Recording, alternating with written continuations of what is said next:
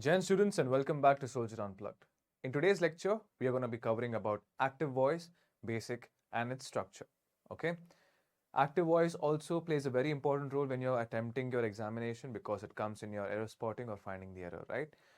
You need to make sure that what exactly is the correct sentence and आपको कौन सी voice में है वो, which is it active voice, is it passive voice, how exactly these individually are structured, it is really important for you to know. Okay? Now without wasting any more time, let's get started. Okay? Now first, what exactly is active voice? Active voice exactly है क्या? है ना, इसकी definition हमारे सामने है. Active voice is when a subject of a sentence performs the action. Very simple. What does it say? Active voice is when the subject of the sentence performs the action. क्या? जब हमारा subject जो है वो एक action perform करता है, that's when it comes under active voice, right? For example, the cat chased the mouse. है ना? This is the sentence. Now, what is the subject here? The subject is the cat, right? The cat chased the mouse. ठीक है? Now for example, अगर ये passive voice में होता तो होता कि the mouse was chased by the cat, है ना? That's when it would become a passive voice. But अभी passive voice के बारे में टेंशन मत लेना, अगर confusing भी लग रहा है, do not worry. I will make sure that I'll simplify it, okay? अभी बस इतना समझो, जब active voice की बात कर रहे हैं तो आपका subject जो है वो करता है एक action. That's all you need to remember, okay? All right, now let's go ahead. Now, importance of active voice, okay? Why use active voice, right? Now, this is in general, right? This is in general, like when you're using in your general life also, not only just from your examination, but in your life also, why you need to use active voice, right? Why use active voice? First thing, it makes a sentence more clear and concise, right? When I told that the cat chased the mouse, that's very clear and concise. But if I tell the mouse was chased by the cat, तो मतलब वो थोड़ा हल्का घुमा फिरा के बात करना नहीं हुआ, है ना? वही चीज. तो make the sentence clear and concise by how? Using active voice.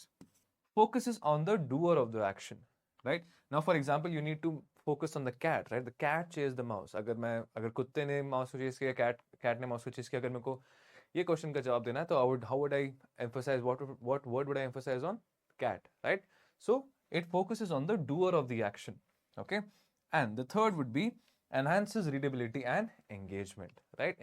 Enhances readability and engagement. Clear? आपको इंपॉर्टेंस ऑफ एक्टिव वॉइस अभी क्लियर है? अब चलते हैं आगे. Okay, next we have is the structure of active voice. Okay, now each and every sentence we know has a structure, right? Active voice similarly has a basic structure that it follows. Now what is the structure? हमने पहले देखा कि हम पहले किसकी बात करते हैं हमेशा? सब्जेक्ट की, है ना? हमारा कैट हो गया, डॉग हो गया, who was doing the action, हम लोग उसको सब्जेक्ट जो है वो पहले आता है. उसके बाद आपका वर्ब, राइट? वर्ब और the action that he is doing, and last में किसके ऊपर कर रहा है, that's called the object. Clear? For example, she is a subject, reads is a verb and book. ठीक है? She reads a book. ना यहाँ पे बुक आपका ऑब्जेक्ट हो गया, रीड्स आपका वर्ब हो गया, एंड शी आपका सब्जेक्ट हो गया. Clear? Alright. Note the subject comes first always, है ना? ये आपके एक्टिव वॉइस में ये हमेशा याद रखना कि जो सब्जेक्ट है दिस ऑलवेज कम्स फर्स्ट. ठीक है? इस चीज को भूलना नहीं बिल्कुल भी. क्लियर?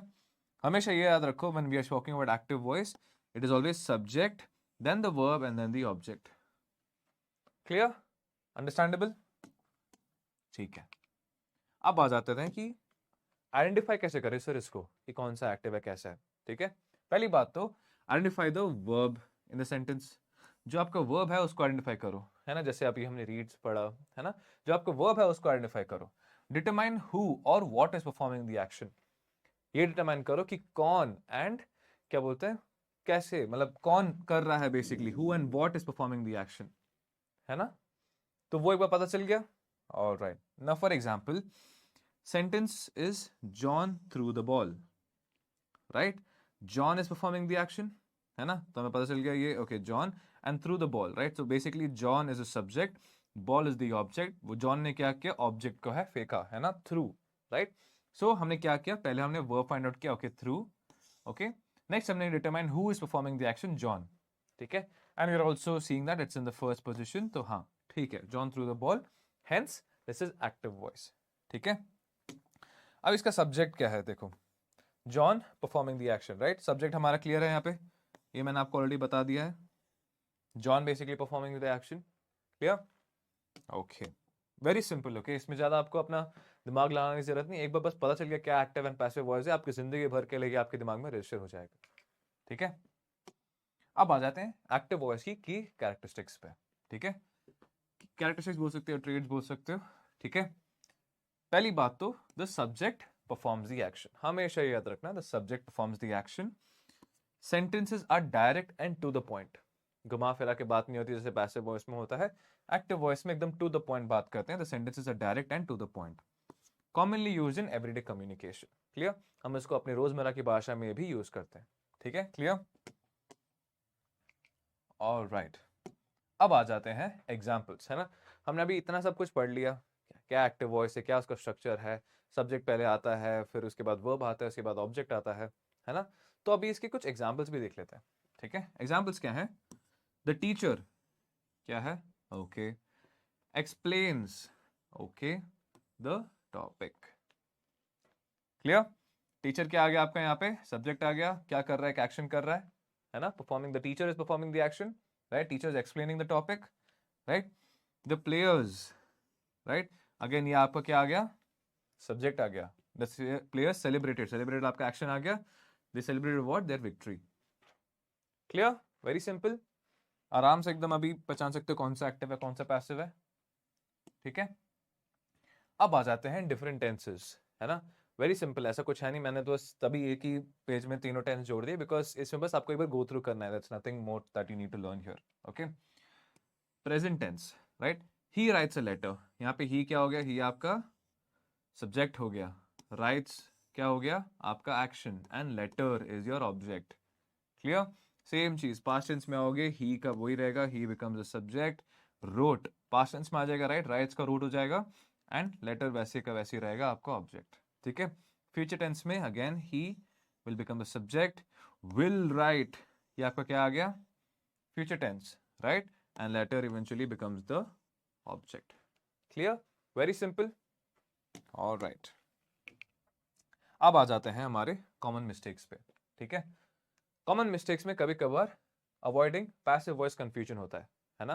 कि यार ये पैसिव वॉइस है, ये क्या एक्टिव वॉइस है, कुछ समझ नहीं आ रहा। अब देखो example of passive, the ball was thrown bye John, what? The ball was thrown bye John. अभी तुम लोग सोच रहे हो कि सर ये बॉल तो सब्जेक्ट होना चाहिए, है ना, बिकॉज पहले आ गया, बट फिर आप ये देखो was thrown by whom? Bye John, right? अब इसमें सब्जेक्ट कहाँ आ रहा है? सब्जेक्ट है जॉन, जॉन ने परफॉर्म किया एक्शन, जॉन ने फेंकी थी बॉल, है ना? बट सब्जेक्ट कहाँ आया? लास्ट में आया, hence this becomes what? Passive voice, है ना? इसका जो correct form of active voice है कि the John through the ball, clear? देखो जो सेंटेंस 4 शब्दों में खत्म हो सकता था उसको आपने 5-6 शब्दों में खत्म किया यहाँ पे, है ना? And the ball was thrown bye John, instead just simple है एक्टिव वॉइस में, very straight and direct, that John through the ball, खत्म, राइट? इसमें फोकस क्या करना है? Always focus on the subject, है ना? सब्जेक्ट है कहाँ, क्या सब्जेक्ट लास्ट में है या सब्जेक्ट पहले में, ठीक है? हर बार उस चीज का ध्यान रखना है आपको, ऑलराइट। अब आ जाते हैं इसके प्रैक्टिकल यूसेज पे, ठीक है? Apart from your examination it's really also important that you need to know कि आप इसको कहाँ अपने डेली या प्रैक्टिकल जिंदगी में भी कैसे इंप्लीमेंट कर सकते हो। Let's have a check on that as well, ठीक है? Now where is active voice used? ठीक है, first in the formal writing, हम लोग जब भी फॉर्मल राइटिंग करते हैं, फॉर एग्जांपल रिपोर्ट्स हो गए या एसेज हो गए, we never use passive voice, because passive voice क्या घुमाता है, एंड जो फॉर्मल राइटिंग है it needs to be crisp and to the point, right? So hence इसके रिपोर्ट्स हो गए, एसेज हो गए, it always be use in active voice. Everyday conversation जैसे हमने पहले भी डिस्कस किया था, एवरीडे कॉन्वर्जेशन में यूज करते हैं। एंड लास्ट में story telling and narratives, okay?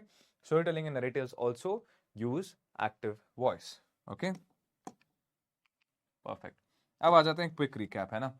Active voice का इतना ही था, trust me it is nothing more than that, है ना? एक बार आपको बस एक्टिव वॉइस अभी एक बार खत्म हो लो, अगला आपका पैसिव वॉइस है, पैसिव वॉइस भी एक बार खत्म कर लो, then we'll have a proper conversion का एक क्लास, ठीक है? ज़्यादा कुछ है नहीं इसमें, आपको बस समझना है कि ये पैसिव क्या है, एक्टिव क्या है, एंड ताकि आपको एरर स्पॉटिंग में ऐसे कुछ जो आपके क्वेश्चंस आते हैं आपके एग्जाम में, उनमें आपको आसानी हो सॉल्व करने में, ठीक है? अभी क्विक रिकैप क्या है? सब्जेक्ट परफॉर्म्स द एक्शन, है ना? क्लियर है? सब्जेक्ट हमेशा एक्शन परफॉर्म करता है ना. It is clear and direct communication. Okay. And basic structure is what, आपका सब्जेक्ट वर्ब प्लस ऑब्जेक्ट, है ना. हमेशा रहेगा ये, पहले आपका सब्जेक्ट आएगा, उसके बाद ही वर्ब आएगा, उसके बाद ही आपका ऑब्जेक्ट आएगा. ठीक है, ये चीज आपको ध्यान रखनी है. क्लियर. चलो अब आ जाते हैं आपके वर्ड्स लर्न पे. ठीक है, वर्ड्स लर्न में क्या है, पहला शब्द आपका ऑर्थोडॉक्स. ऑर्थोडॉक्स हम लोग आजकल काफी जगह सुन रहे हैं ऑर्थोडॉक्स का ये शब्द. क्यों? बिकॉज हम इंडिया में रहते हैं, है ना. इंडिया में क्या चीजें काफी पुराने जमाने से चलती आ रही है ना, परंपरा जिसको बोलते हैं, है ना. इसका चलो मतलब एक बार जान लेते हैं. मीनिंग क्या है इसका? मीनिंग है ऑफ बिलीव्स, आइडियाज और एक्टिविटीज कंसिडर्ड ट्रेडिशनल, है ना. इंडिया में काफी ट्रेडिशनल चलते हैं, है ना. Which is normal and accepted by most people, right. Isn't it? Now for example, अगर हम किसी चीज के बारे में बात करें, जैसे पहले के जमाने में दहेज होता था, है ना. दहेज was what, it was a orthodox thing. Why? Because उस समय के जमाने में it was normal and accepted by most people, right. अब के जमाने में when you know the people के पास दिमाग आ रहा है धीरे धीरे, so these things are slowly reducing, right. People are slowly moving ahead from the old traditions. I'm not telling all traditions are like that, but some traditions that do not make sense, they are moving forward into a practical approach. And बाकी जो हमारी पुरानी परंपरा है, जैसे fasting हो गया, या you know Tuesday and Saturday को चिकन नहीं खाना, these things are still going on. So what is this? These are nothing but beliefs, ideas and activities considered what? Traditional. Clear? कहाँ गया ये? Okay. इसके synonyms क्या है? Synonyms हैं इसके conservative and traditional, right. Conservative and traditional. And इसके antonyms क्या है? Unconventional and heterodox. Clear? Perfect. It was a very simple word. Let's move ahead. Next is overweening. What is it? Overweening. इसका मतलब क्या है? Too proud or confident in yourself, है ना. अगर यार I am overweening, मतलब I'm too proud and confident about myself, है ना, अगर मैं अपने बारे में बोल रहा हूँ. Synonyms क्या है इसके? Brash and haughty, right. Antonyms क्या है इसके? Modest and unassuming. Clear? Quite simple. चलो अभी बढ़ते हैं आगे. Next we have is overwrought. What is it? Overwrought. इसका मतलब क्या है? In a state of being upset, nervous and worried. He is overwrought, है ना. इसका क्या है मतलब? He is in a state of being what? Upset or nervous or worried. ठीक है. इसके synonyms क्या है? Agitated and worried. Simple. worried का worried कहीं पे आ गया. Antonyms क्या है? Calm है बंदा and collected है. He knows where he needs to be. Calm है, क्या करना है. He's also collected, right? So with this we come with end of today's session. ठीक है. ज़्यादा कुछ था नहीं एक्टिव वॉइस में, ठीक है. पैसिव वॉइस में भी उतना रहेगा, it be the same thing, right. We'll just understand what exactly is the difference between active and passive voice. उसके बाद हम इनके कन्वर्जन्स पे आएंगे, ठीक है. तो मेक श्योर करो कि आप अपनी जो प्रैक्टिस है, ऐसे जब कभी कभार हल्के हल्के सब्जेक्ट आते हैं तो आपके पुराने जो हैं आपके सिनोनिम्स, एंटोनिम्स, ये जो चीज़ें आपके रोज़ में चलती रहती हैं, आपके ईडियम्स एंड आपके फ्रेजेस, राइट, ये सब आपके रोज़मर्रा की प्रैक्टिस में चलते रहने चाहिए, right. Make sure you practicing them every day, because जब तक आप उसको रोज प्रैक्टिस नहीं करोगे, these things will not enter your head. Trust me on that. English ऐसी एक चीज़ है, जितना प्रैक्टिस करोगे उतना ही ज़्यादा समझ में आएगा. प्रैक्टिस नहीं करोगे, सोचोगे यार बस सर की क्लास देख के समझ में आ जाएगा, ऐसा नहीं है ना. सर की क्लास आपको बता सकती है कि कैसे अप्रोच करना है, उसका मतलब क्या है, बट उसको रोज़मर्रा की प्रैक्टिस में लाना वो आपकी रिस्पॉन्सिबिलिटी है, ठीक है. तो students, with that note I will wind up this class. See in the next class. Until then, जय हिंद.